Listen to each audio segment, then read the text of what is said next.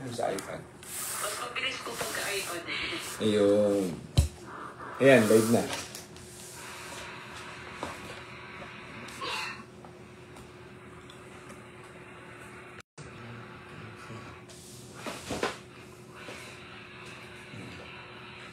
Eto, naka-go live na. Check mo kung naka-live na. Dali. Naka-live na ba kami?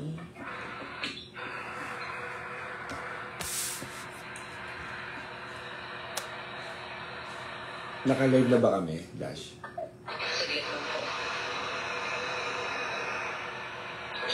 Naka-live na live eh. Nag-go live na. Okay, live na tayo. Yeah.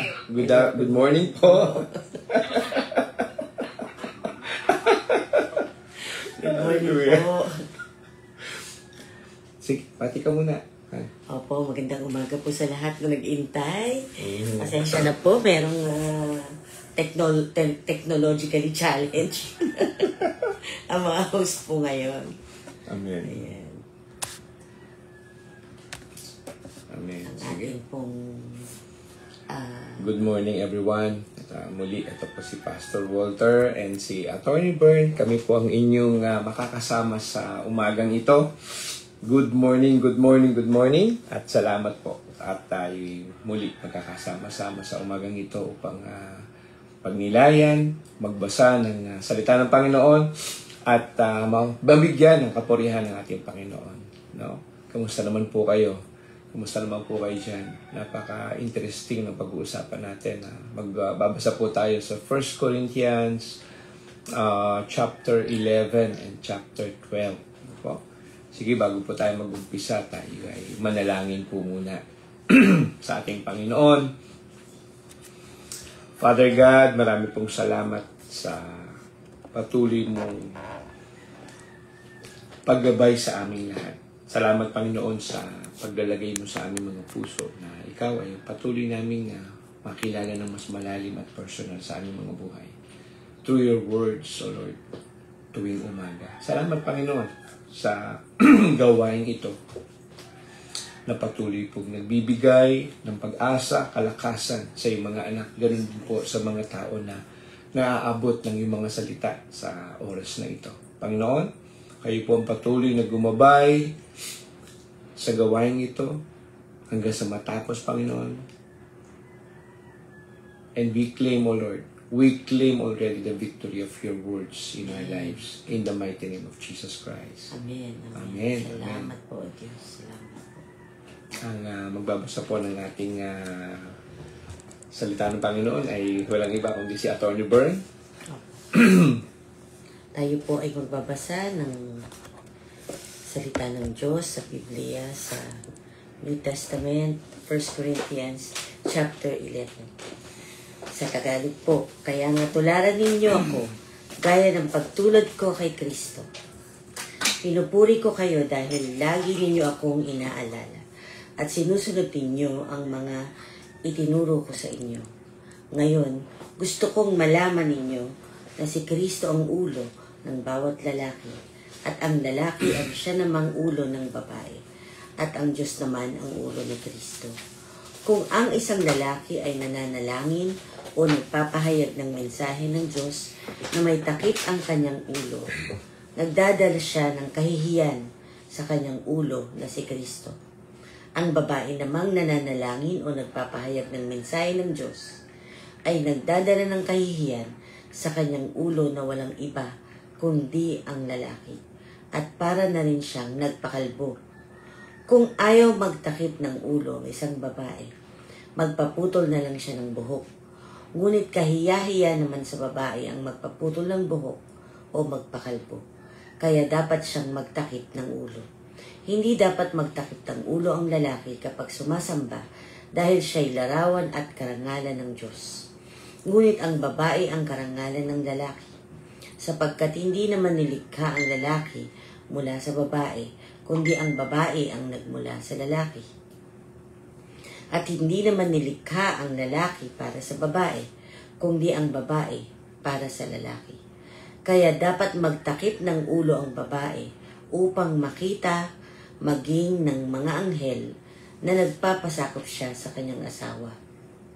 Ngunit dapat ninyong tandaan na sa buhay natin sa Panginoon, kailangan ng babae ang lalaki at kailangan din ng lalaki ang babae. Dahil kung nagmula ang unang babae sa lalaki, ang lalaki naman ay ipinapanganak ng babae. At ang lahat naman ay nagmumula sa Diyos. Kayo na rin ang magpasya. Kaaya-aya ba na makita ang isang babae na nananalangin nang walang takip sa ulo? Natural sa isang lalaki na maiksi ang buhok dahil kahiya-hiya kung mahaba ito. Ngunit karangalan ng babae ang pagkakaroon ng mahabang buhok, sapagkat ipinagkaloob sa kanya ng Diyos ang buhok bilang pantakip sa kanyang ulo. Kung mayroon mang gustong makipagtalo tungkol dito, wala na akong masasabi dahil ito ang aming nakaugalian at ito ang sinusunod ng mga iglesia ng Diyos sa kahit saang lugar. Ang banal na hapunan. Tungkol sa bagay na tatalakayin ko ngayon, hindi ko kayo mapupuri dahil ang mga pagtitipon ninyo ay nakakasama sa halip na nakakabuti. Sapagkat nabalitaan ko, una sa lahat, na tuwing nagtitipon-tipon kayo bilang iglesia, nagkakaroon kayo ng pagkakapangkat-pangkat. At medyo naniniwala ako na yan nga ang nangyayari. Kinakailangan sigurong mangyari yan para malaman kung sino sa inyo ang mga tunay na mananampalataya. Kapag nagtitipon kayo upang ipagdiwang ang banal na hapunan, hindi tama ang ginagawa ninyo. Dahil kapag oras na ng kainan, hindi kayo naghihintayan, kaya ang iba'y busog at lasing na, at ang iba na may gutom. Wala ba kayong sariling bahay upang doon kumain at uminom? Sa ginagawa ninyo ay nilalait ninyo ang iglesia ng Diyos at hinihiya ang mga mahihirap. Ano ngayon ang gusto nyong gawin ko? Purihin kayo? Aba, hindi. Ito ang turo na ibinigay sa akin ng Panginoon at itinuturo ko naman sa inyo. Noong gabing traidorin ang Panginoong Hesus, kumuha siya ng tinapay. At pagkatapos niyang magpasalamat sa Diyos, hinati-hati niya iyon. At sinabi, ito ang aking katawan na inihahandog ko para sa inyo. Gawin ninyo ito bilang pag-alaala sa akin. Pagkatapos nilang kumain, ganoon din ang ginawa niya sa inumin. Kinuha niya ito at sinabi, ang inuming ito ang bagong kasunduan na pinagtibay ng aking dugo. Tuwing iinumin ninyo ito, gawin ninyo bilang pag-alaala sa akin. Sapagkat tuwing kakain kayo ng tinapay na ito at iinom ng inuming ito, ipinapahayag ninyo ang kamatayan ng Panginoon hanggang sa kanyang pagbabalik. Kaya nga, sino mang kumain ng tinapay at umiinom ng inumin ng Panginoon nang hindi karapat-dapat, ay nagkakasala sa katawan at dugo ng Panginoon. Kailangang suriin ng bawat isa ang kanilang sarili bago kumain ng tinapay at uminom ng inumin, sapagkat ang sino mang kumain at uminom nito nang hindi pinapahalagahan ang katawan ng Panginoon ay nagdadala ng kaparusahan sa kanyang sarili. At ito nga ang dahilan kung bakit marami sa inyo ang mahihina at may sakit, at ang ilan ay namatay. Ngunit kung susuriin natin ang ating sarili, kung tama o mali ba ang ating mga ginagawa, hindi tayo parurusahan ng Diyos. Kung tama man ay pinarurusahan ng Diyos. Kung tayo man ay parurusahan ng Diyos, dinidisiplina niya tayo upang hindi tayo maparusahang kasama ng mga tao sa mundo. Kaya nga, mga kapatid, kapag nagtitipon-tipon kayo para sa banal na hapunan, maghintayan kayo. Kung may nagugutom sa inyo, kumain na muna siya sa kanyang bahay nang hindi kayo maparusahan ng Panginoon dahil sa mga ginagawa ninyo sa inyong pagtitipon. At tungkol naman sa iba pang mga bagay, saka ko na aayusin pagdating ko riyan. Chapter 12. Mga kaloob ng banal na espiritu. Verse 1. Ngayon mga kapatid, nais kong maunawaan ninyo ang tungkol sa mga kaloob ng banal na espiritu. Alam naman ninyo na noong hindi pa kayo nakakakilala sa Diyos, iniligaw kayo upang sumamba sa mga Diyos-Diyosan na hindi naman nakakapagsalita. Kaya gusto kong malaman ninyo na walang taong pinapatnubayan ng Espiritu ng Diyos ang magsasabi, sumpain si Jesus. At wala rin taong makakapagsabi na si Jesus ay Panginoon kung hindi siya pinapatnubayan ng banal na Espiritu. May iba't iba tayong kaloob, ngunit iisa lang ang Espiritong pinagmulan nito. May iba't ibang paraan ng paglilingkod, ngunit iisa lang ang Panginoong pinaglilingkuran natin. Iba't iba ang ipinapagawa ng Diyos sa atin, ngunit iisa lang ang Diyos na nagbibigay sa atin ng kakayahang gawin ang mga ito. Ang bawat isa ay binigyan ng kakayahan na nagpapakita na sumasa kanya ang banal na Espiritu upang makatulong siya sa kapwa niya mananampalataya. Sa isa'y ipinagkaloob ng Espiritu ang kakayahang maghayag ng kaalaman tungkol sa Diyos, at sa isa naman ay kakayahang unawain ito. Ang iba'y pinagkalooban ng Espiritu ng malaking pananalig sa Diyos, at ang iba naman ay binigyan ng kakayahang magpagaling sa mga may sakit. Ang iba'y ipinagkalooban ng Espiritu ng kapangyarihang gumawa ng mga himala, at ang iba naman ay binigyan ng kakayahang maghayag ng mensahe ng Diyos. Mayroon namang pinagkalooban ng kakayahang makakilala kung ang kapangyarihan ng isang tao ay mula sa banal na Espiritu o sa masasamang espiritu. Sa iba'y ipinagkaloob ang kakayahang magsalita sa iba't ibang wika na hindi nila natututunan. At sa iba naman ay ang kakayahang maipaliwanag ang sinasabi ng mga wikang iyon. Ngunit iisang espiritu lang ang nagbigay ng lahat ng ito, at ipinamamahagi niya sa bawat tao ayon sa kanyang kagustuhan. Tayo'y bahagi ng iisang katawan. Verse 12. Ang katawan ng tao ay binubuo ng maraming parte, ngunit iisa pa rin ang katawan. Ganoon din sa ating mga mananampalataya na siyang katawan ni Kristo. Tayong lahat, Hudyo man o hindi, alipin o malaya, ay nabautismuhan sa iisang espiritu upang maging isang katawan. At iisang espiritu rin ang tinanggap nating lahat. Ang katawan ay binubuo ng maraming parte at hindi ng iisang parte lamang. Kaya kung sabihin ng paa, dahil hindi ako kamay, hindi ako parte ng katawan, hindi ito nangangahulugang hindi siya parte ng katawan. At kung sabihin naman ng tainga, dahil hindi ako mata, hindi ako parte ng katawan, hindi rin ito nangangahulugang hindi siya parte ng katawan. Dahil kung ang buong katawan ay puro mata, paano ito makakarinig? At kung ang katawan ay puro tainga, paano ito makakaamoy? Ngunit nilikha ng Diyos ang ating katawan na may iba't ibang parte ayon sa kanyang nais. Kung ang katawan ay binubuo lamang ng isang parte, matatawag pa ba itong katawan? Ang totoo'y ang katawan ay binubuo ng maraming parte, ngunit iisang katawan lamang ito. Kaya hindi maaaring sabihin ng mata sa kamay, hindi kita kailangan. At hindi rin masasabi ng ulo sa paa, hindi kita kailangan. Ang totoo, ang mga parte ng katawan na parang mahina ang siya pang kailangan. Ang mga parte ng katawan na tingin natin ay hindi ganong mahalaga, ay inaalagaan nating mabuti. At ang mga parteng hindi maganda ay ating pinapaganda. Hindi na kailangang pagandahin ang mga parteng maganda na.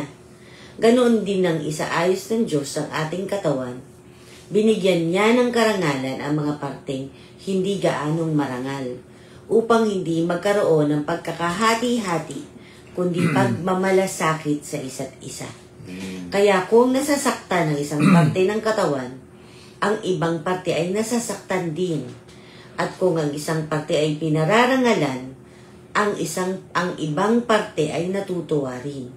Kayong lahat na ang bumubuo ng katawan ni Kristo, at ang bawat isa'y parte ng kanyang katawan.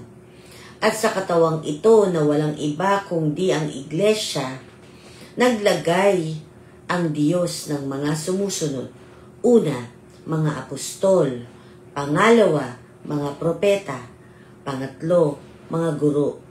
Naglagay din siya ng mga gumagawa ng mga himala, mga nagpapagaling sa mga may sakit, mga matulungin, mga tagapangasiwa, at mga nagsasalita sa iba't ibang wika na hindi nila natututunan.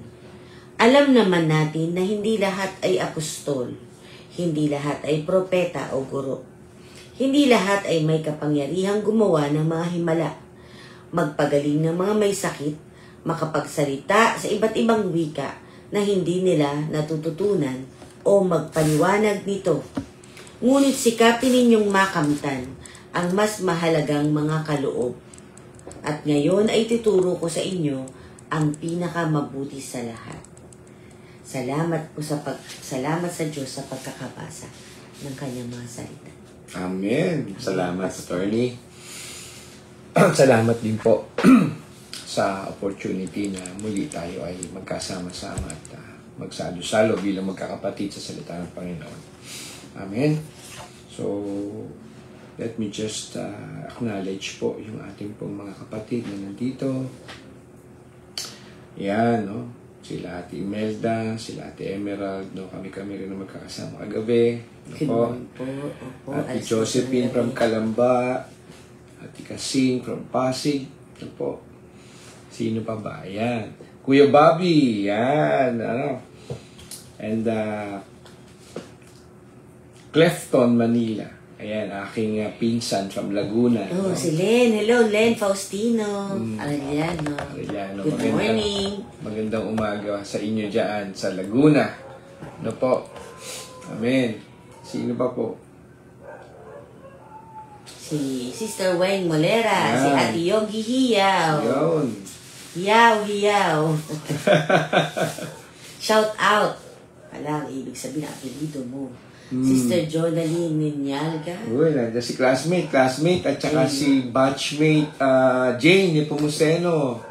Yan, magkaka-batchmate po kami. Yan, sa aming high school, no? Si Sister Jonaline and si Sister Pastora Imelda. Jane, Pastora Imelda. Hilda Santos, no? Iba po. Ate Mila, no? Kalingasan from Lipa. Andiyan na rin si Manuel. Siyempre, ang mag-asawang Dash and Carl ko, no? Kahapon sila po nagturo, no? Nakakatuwa kayong panoorin kahapon. Hallelujah. Amen. Sige. Saktong-sakto ang topic sa atin ngayon, Pastor Walter. Ano ba ang nakikita mong topic sa mga binasa natin? Mahaba ang aking buhok.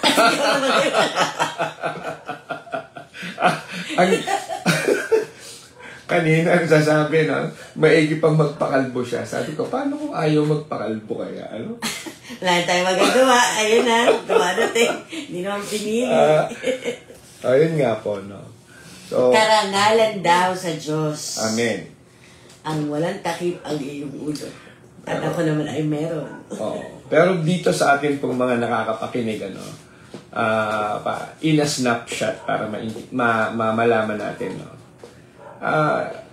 Ano bang kahalagahan ng head covering, no? Sabi sa Biblia, o yung pagtatakip. Diba, naalala nyo, no? Miski naman sa mga lumang relihiyon natin, di po ba? Sa dating relihiyon natin. Na inabot natin nung tayo mga bata, na pag may sumisimba, tapos may mga shawl, di ba? Tapos nagtatakip ng... May takip sa ulo. May takip sa ulo, di po ba? Saan ka ngayon ang mga hudyo? Nagtatakip sa ulo. Okay. So, kung tatanungin nyo kung meron bang biblical foundation yon, meron po. Ito no? na nga. Ito na itong binasa natin. Ang biblical foundation po nun is, while we, no, mahalaga to para maintindihan natin, while we cover our physical head mga kapatid, we are giving honor to our spiritual head. Yun po ang ibig sabihin kung ba't tayo naglalagay ng shawl o ng covering, head covering. Sa mga lalaking Hudyo, ang mapapansin nyo, maliit lang yun. No, kasi maikli naman ang buhok. Pero pag nagbabasa sila, pastor, di ba meron Oo, may inilalagay. Yeah. May guhit na itim o asul. Yeah. Purity and lordship. Ang ibig sabihin nun, pag naman nakita niyo yung white and blue na ginagamit nila, it's purity and the Lord. The purity of the Lord ang ibig sabihin nun. No po? Actually, mas cultural siya, di ba? Cultural and religious. May mga ibang relihiyon din, pastor, na talagang mata na lang nakikita. Cover na lahat. Cover na lahat. No? Kaya wala nang makita. Even the truth, hindi makita. Kasi cover na lahat eh. So sa umagang ito mga kapatid, pag tinignan nyo po at binaybay natin, yung chapter 11 and chapter 12, napakaraming topic na po. Opo. And we're really praying kagabi pa na how will we capsulize, no? Ika-capsulize ang itong bagay na ito. Well, first thing first mga kapatid, may napaliwanag na po natin, no? The physical covering is giving honor to your spiritual head. No po? Yung physical na pagtatakip sa iyong ulo, physically, ay pagbibigay ng honor o paggalang sa iyong spiritual na head. Sino yun? Jesus Christ. Okay po? Actually, pastor, yung chapter 11, mas ang natitira na lang siguro dapat i-emphasize natin dyan is yung positioning, di ba? Kumbaga, ang babae, magpakababae, ang lalaki, magpakalalaki. Ang asawa, magpakaasawa, di ba? Ang asawang babae, magpasakop sa asawang lalaki. Tama. Kasi hindi naman ito inequality. Tama. Ang sinasabi po dito ay order in the house. Harmony and unity in the house. Yeah. Unity sa tahanan ng Diyos, di ba? Na lahat tayo ay magpasakop na ang pinakaulo ay si Kristo at tayo ay bilang katawan, which is also connected to chapter 12, di ba? Yeah. So, let me just explain or share sa inyo po, sa ating lahat. Yung sinasabi na but I want you to know that the head of every man is Christ. Ano po? Na ang ulo daw po, ang ulo ng bawat kalalakihan, no? Ito, we want to, actually alam niyo pa, ang original na topic namin supposedly ay yung chapter 13 and 14. Nagkaroon ng adjustment. Sabi na, nabago tayo. Ang sarap sanang i-explain yung pag-ibig. Kasi yung chapter 13 tungkol po yun sa pagmamahal. No po. Ngayon itong 11 po, no po, this is about, sa modern term, it's about protocol. It's about hierarchy of leadership. But, ang gusto ng Panginoon dito is not just the hierarchy, but ang gusto ng Panginoon is order in the house. Bakit ba gusto ng Panginoon magkaroon ng kaayusan ng bahay? Okay, ito yung malalim na dahilan mga kapatid kung bakit kailangan may kaayusan, kung bakit kailangan ituro ang disiplina, kung bakit kailangan na ang ating mga anak ay makarinig na salita ng Panginoon. Ready na? Pwede po bang pa-thumbs up? Pwede bang pakisabi, Pastor, I'm ready. Alam niyo po kung bakit. Ang kalaban mga kapatid, gustong wasakin ang pamilya. Tandaan niyo po ito. Family is the smallest institution, di po ba? Pero siya ang pinakang susi upang ang generation, ang society ay masustain. Pag mahina ang family, tandaan niyo po, pag mahina ang family, when family is weak, the society is weak. Uulitin ko po, when the family is weak, the society is weak. Kung bakit, mapapansin niyo po, bakit ibinibigyang halaga sa pagtuturo na to, that sinasabi that the head of every man is Christ, and the head of every woman is the man, and the head of Christ is God. No po? Dahil itinuturo sa atin yung pagkakaroon ng paggagalangan, respeto sa loob ng pamamahay, dahil yan ang gustong agawin ng kalaban. At pag yan ay inaagaw niya, by what? By not knowing the word, not even praying. Kaya mga kapatid, we really have to treasure this program of us. Marami po sa ating institutions, mga religious institutions, but they don't give importance to prayer and Bible reading. Na po? You want to know the cornerstone? The cornerstone will come from the Bible. Alam natin, samahan niyo po ako sa Ephesians 1, na po, para makita po natin yung headship, no? Sabi dito, that the head of every man is Christ. Samahan niyo po ako sa Ephesians 1:22. Ano po? Sabi po dito, basahin ko lamang po para eksakto po. Ephesians 1:22. Sabi dito, basahin ko muna sa English. And He put all things under His feet and gave Him to be. Kung mapapansin niyo po dyan. Sa Tagalog, Pastor. Sige, Tagalog. Ipinapailalim ng Diyos kay Kristo Amen. ang lahat ng bagay at ginawa siyang Pangulo ng lahat para sa ikabubuti ng Iglesia. Amen. So, even, no? Ano sabi? Ibinigay kay Hesus Kristo. Sa English po, mababasa niyo dyan, nakalagay, Him, capital H. So, yung Him na yun, ang tinutukoy sa Tagalog ay ipinaubaya ng ating Panginoon. Kay kanino? Kay Kristo. Yung Him dun sa English, Jesus Christ po yun. Amen. Okay po? So, at sinabi ni Jesus Christ yan bago po siya nag-ascend. Sabi niya, ako'y aalis. Di po ba? At aking papadala ang alin? Banal na Espiritu. All, sabi doon sa, ano, sa ating Great Commission, all authority was given to me. Sabi ng Panginoon. All authority was given to me. Now, mga kapatid, mga kaibigan, mga minamahal, okay? I want you to check this on you. Gusto po natin na lahat tayo, no po, mag-introspect tayo, mag-examine tayo. Kasi sa chapter 12, sinasabi po doon, examine yourself. Even sa pagtanggap natin ng Holy Communion o doon sa ating pong Last Supper. Ano sabi? You have to examine yourself. Huwag daw po tayo magpapartake na hindi daw po tayo worthy. By what? By cleansing our heart. By cleansing yung thought. Meaning, the purity. Sa Tagalog, pagkadalisay ng ating pong puso. It will be defiled. Kaya nga sabi, ang iba sa inyo ay nagkakasakit. At ang iba sa inyo ay natulog na o namatay na. Mga kapatid, alam niyo po. Externally, we can show the world that we are strong. But you know, and we know in ourselves, internally we are weak. Hanggang saan tayo makakarating sa ganyang sitwasyon ng ating buhay? Okay po? So, Ito natin seriously, Pastor. Yung kahalagahan ng pagsubo ng huling hapunan. Pag-remember natin sa ginawa ng Panginoong Jesus sa Last Supper. Kasi meron din siyang power. Amen. Na tayo ay pagalingin. Kaya nga po, yung mga hindi daw nagtitake seriously, subo lang ng subo, parang ritual na lang, ano? Na palagi na lang natin ginagawa buwan-buwan. Lalo naman yung mga gumagawa araw-araw, Pastor. O linggo-linggo. Di ba parang hindi na pinahahalagahan. Kaya hindi mo ngayon nasasagap yung healing power. Kaya yung iba daw po ay nagkakasakit, hindi gumagaling, hanggang namamatay na.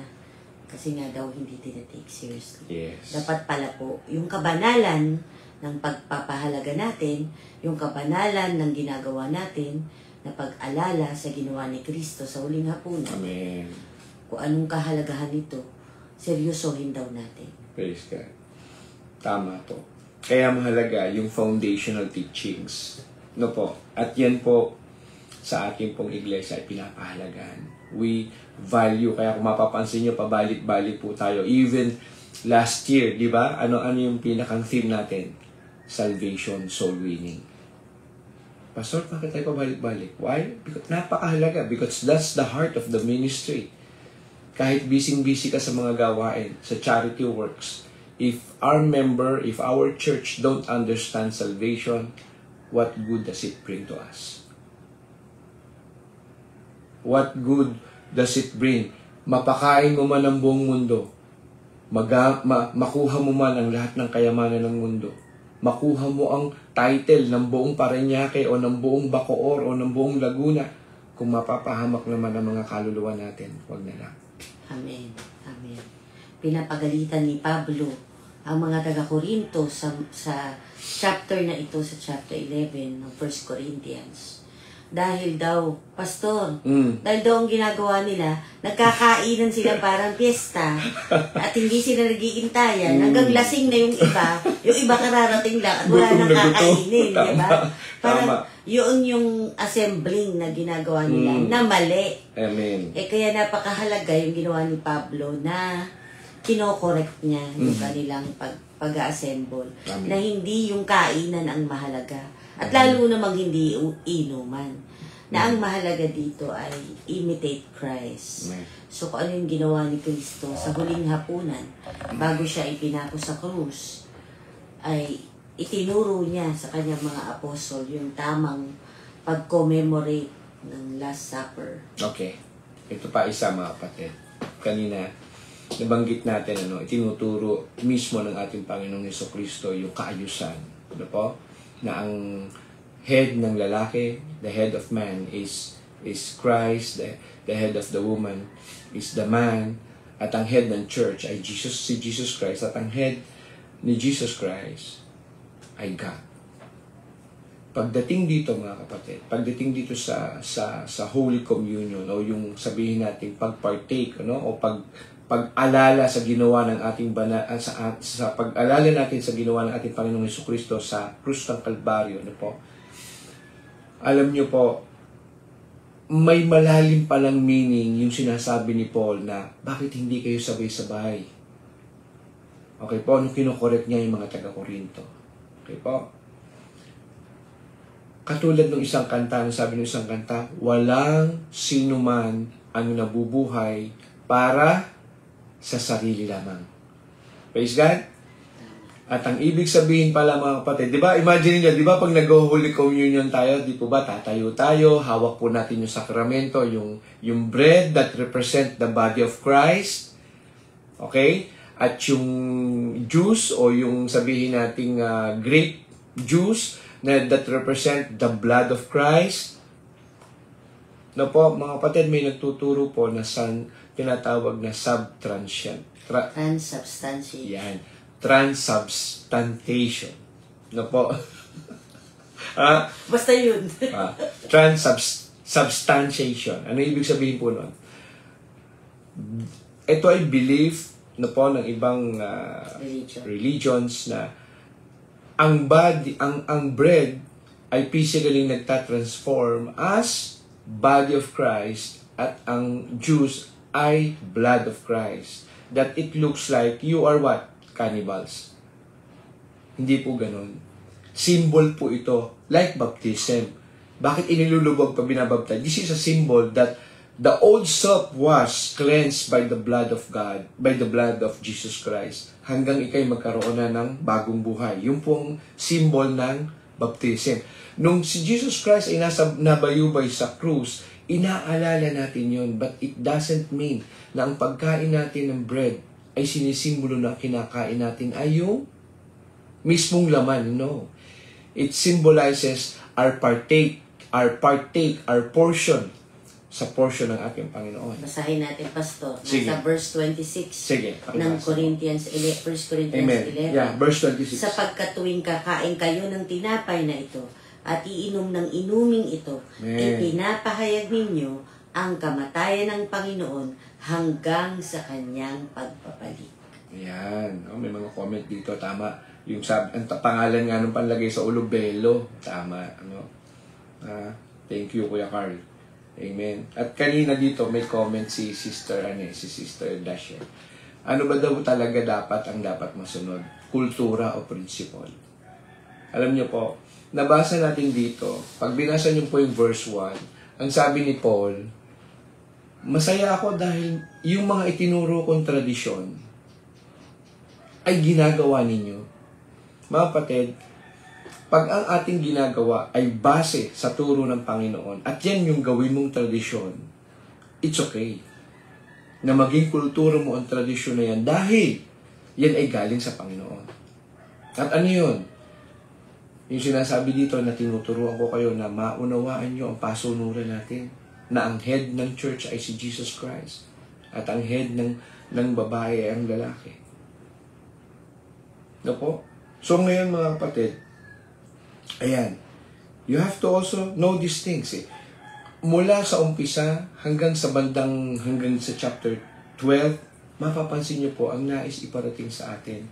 Not just the practices, but the in-depth meaning of this practice.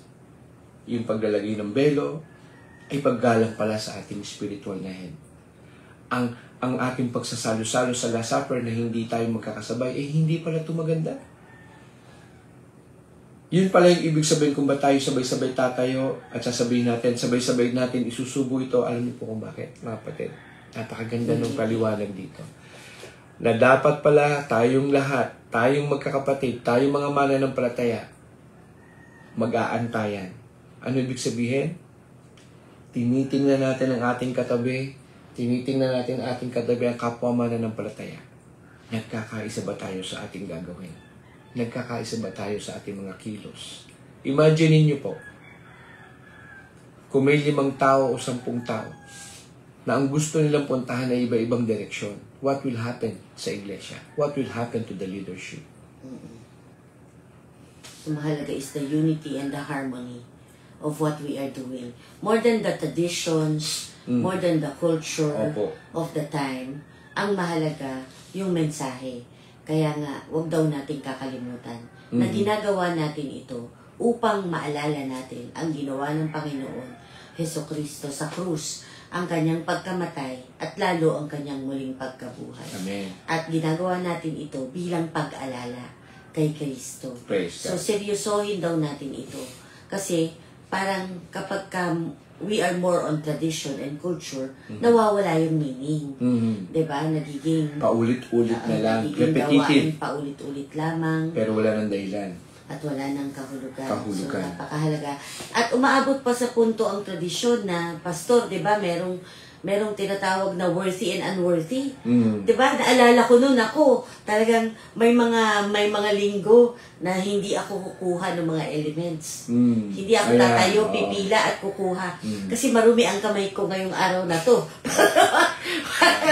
Nakalimutan ko maghugas ng kamay. Noon talaga parang kung hindi parang may ginawa kang kasalanan at hindi ka nakahingi ng tawad, para namang hindi ka nakapaghanda, dumating ka sa church, hindi ka pipila, 'di ba? Hindi na tayo ganun ngayon. Alam na natin ang katotohanan. Tayo ay mulat sa katotohanan. Na ang mahalaga ay tinanggap mo ang Panginoon Yesus. Praise God. Nakahingi ka na ng tawad sa iyong mga kasalanan. Amen. 'Di ba kaya nga pag ginagawa natin ito sa church, ay tinatanong pa natin, sino pa ba sa inyo yung hindi pa tumatanggap sa Panginoong Jesus? Diba? Tanggapin. Ayun ang mahalaga na tinanggap na natin at alam natin yung ginawa ng Panginoong Jesus sa krus. Kasi yun talaga ang mensahe. At alam natin yung mga symbolism na ito ay mahalaga. At yung kabanalan ng gawain ito ay magpapahaba ng ating buhay, makakapagpagaling sa ating mga sakit. Amen. At ito rin ay we partake not only of the body of Christ, but of the power of resurrection. Amen. Alam niyo pa mga kapatid, na ulitin ko po, bibigyan ko lamang po ng additional inputs yung pagpapatibay sa pamilya. Okay? Why do we pray? Bakit natin kailangan bumangon sa umaga ng ganito kaaga? Napakasarap yatang matulog, tama ba? Lalo yung mga nasa ibang bansa, ano? I'm not sure anong oras po sa inyo. Okay po? Pero why? Why God? Hindi ba tayo nagtataka bakit may puso tayong bumangon? Mayroong, no? Tanungin nga natin ating mga sarili. Bakit po tayo bumabangon sa umaga? Oops, Ha? Utang na loob, huwag niyo akong sasagutin para magkape, Pastor. Sarap magkape, Pastor. Alam niyo mga kapatid, salamat. Kasama naman yon. Okay po? Pero, bakit ka bumabangon? Bakit ka sumasali dito? Why do you partake? Di ba? Bakit tayo nagpa-partake? Alam natin kasi, hindi masasayang ang pagkabayubay ng ating Panginoon doon sa krus ng Kalbaryo. Even to the word, sabi ng Panginoon, hindi babalik ang aking mga salita ng walang halaga. Kaya mga kapatid, ilagay natin sa mga puso natin yan. No? Salamat dito sa comment ni Pastor Samuel. No? Dali ha. Sabi dito, tingnan niyo po ha. In chapter 11 is respect and orderly manner as Christ is the head in the church, so as home. So, mga kapatid, uulitin natin. Bakit tayo nagbabasa? Bakit tayo nag-aaral? Ba tayo nagsasama-sama? Not because we just want to worship, but to fulfill the purpose of the Lord. Ulitin ko po, to fulfill the purpose of the Lord sa ating mga magulang. Tayo po yung mga magulang. Okay? Sabi po sa mga magulang, ano ba ang purpose, anong essence natin? Dahil ang katapusan nito ay mapalakas ang pamilya upang ang susunod na henerasyon ay malakas. Saan? Sa pananampalataya sa ating Panginoon. Amen po? Ngayon mga kapatid, ano ba ang nangyayari talaga pagka hindi mo na ituro yung kaayusan, hindi mo na ituro yung respect, hindi mo na ituro yung pagpapahalaga sa salita ng Panginoon? Ano sabi? The life will be in chaos. No po? Even sa present generation, pag hindi po natin naipaliwanag ano ang kahalagahan ng kaayusan at disiplina, sabi po sa Proverbs 29, ano po? Proverbs 29 verse 1. Sabi po sa Proverbs 29 verse 1, they will experience sudden destruction without remedy. At ayaw natin mangyari yan sa ating mga mahal sa buhay. Kaya nga mga kapatid, no po, yung kaayusan sa ating church at pagdating dun sa kaayusan sa ating pong spiritual na buhay, tandaan nyo po relationship vertically, we should a straight up relationship with the Lord, and our relationship horizontally sa ating mga kapatid. Yan yung kaayusan. Kaya pag nakita nyo anong it's the cross. It's the essence of the cross. Wala pong tao na ang gusto ng Panginoon ay mapahamak. Ang hell, okay po, hell was not designed for man. Hindi po dinisenyo ang hell para sa tao. Okay po? Now, mga kapatid, kung mapapansin niyo po sa chapter 12, na po, patapos na po tayo. Sa chapter 12. This is, the essence of this chapter is unity in diversity. Iba-iba ang parte. May ulo, may katawan, may kamay. No po? I'll just make a sum up of it. Ang ulo, magpakaulo. Ang kamay, magpakamay.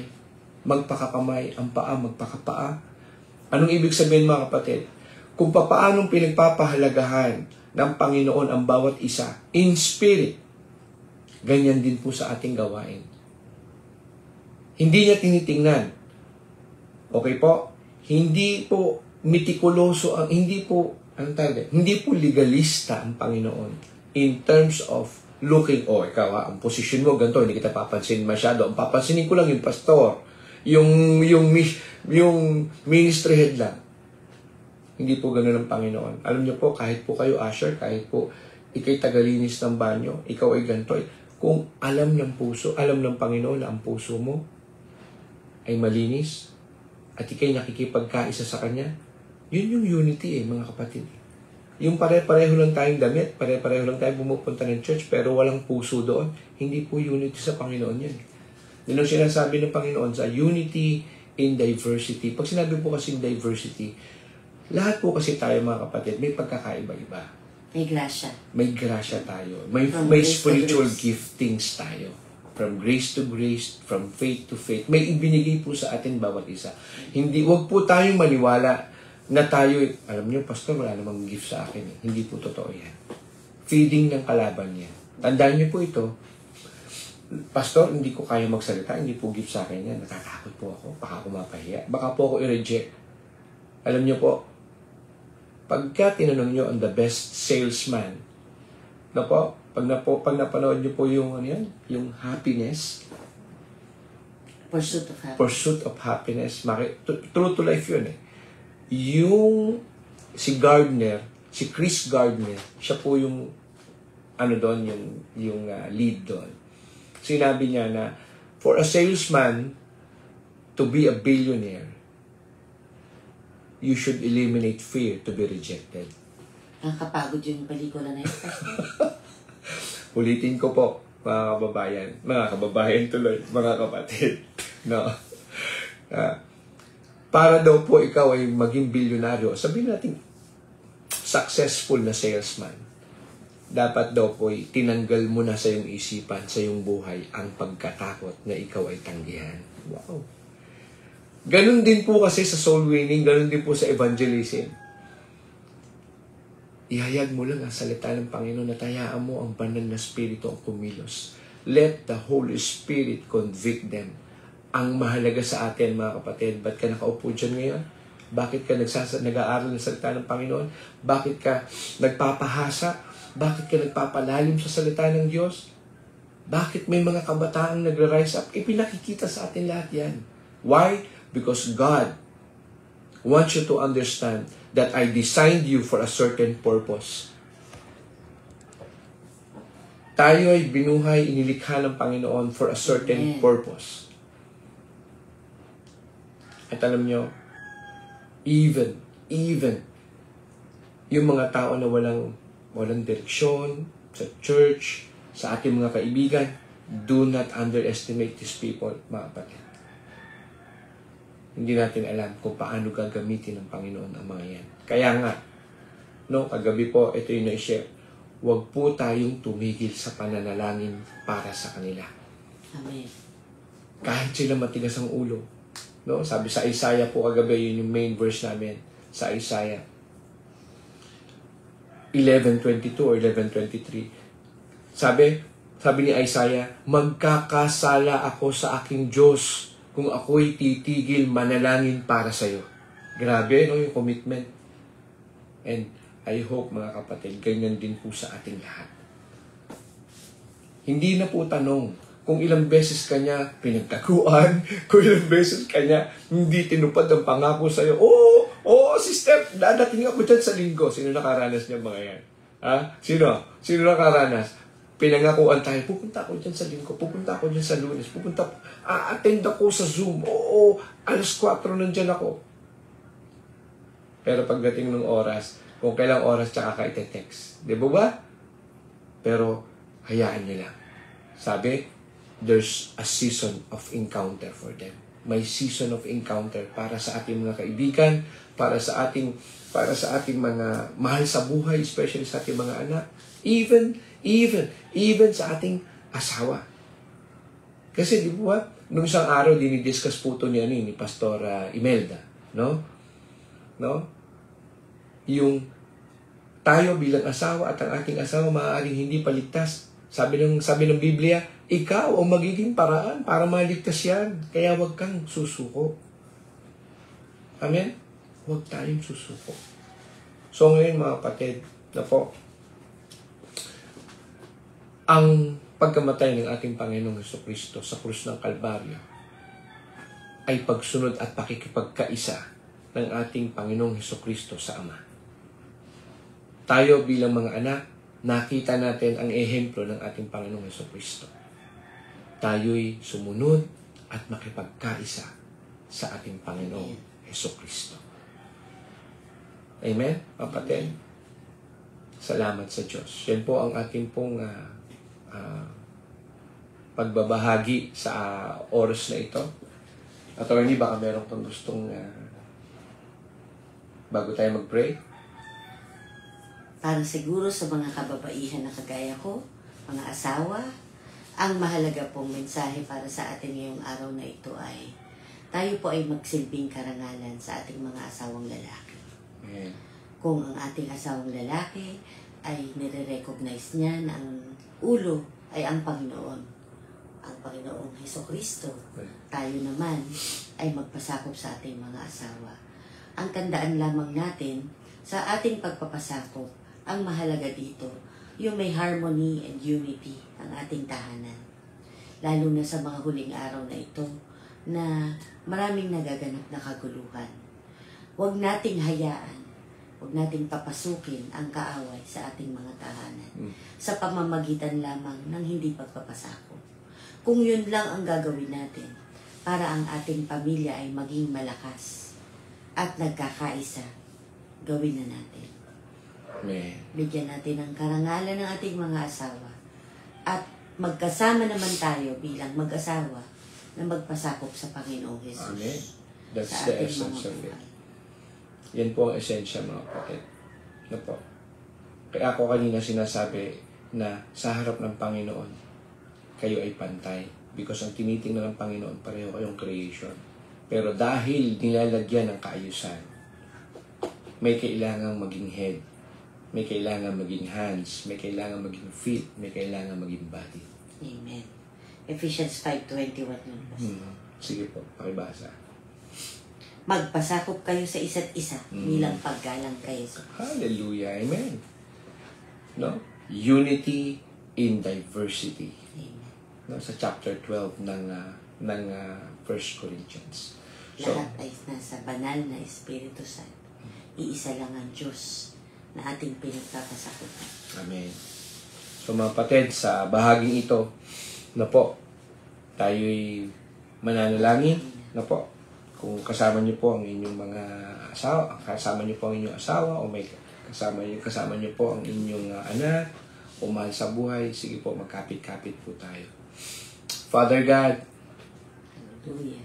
Ikaw ang aming Diyos noon, ngayon at magpakailanman. Ikaw ang Diyos na hindi nagbabago. Ikaw ang Diyos na bumuo ng aming buhay. Thank you. Panginoon, salamat sa iyong Praise you. kabutihan.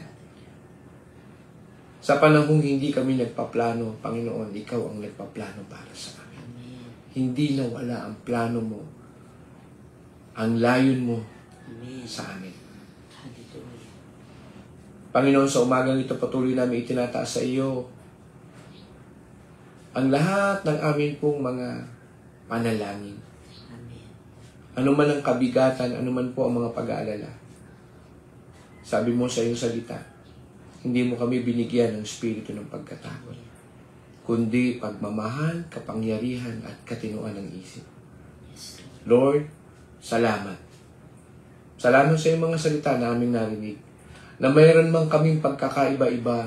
Sabi mo sa 1 Korinto, Kapitulo 12, may pagkakaisa sa pagkakaiba. Unity in diversity. Amen. Lord, put this in our heart. Put this in our heart. Panatilihin niyo po ang pagkakaisa sa aming mga puso. Yes, Lord. Kayo ang patuloy na gumabay sa bawat isa at magpatibay at magpalakas sa spirito at katotohanan. Amen. Panginoon, sa lamang po ang mataas na papuri at pagsamba sa pangalan ng imbugtong na anak na aming Panginoon at tagapagligtas, aming Panginoong Hesukristo. At ang lahat ay magsabi ng Amen. At Amen and Amen and Amen and Amen. Maraming salamat po. God bless everyone. Bukas po, morning. magkita-kita po tayo ulit, no po, sa pagtuturo ng ating Pang-araw. banal na kasulatan. Amen? Sige po. God bless everyone. Have a nice day, Have a nice everyone. day. Be blessed.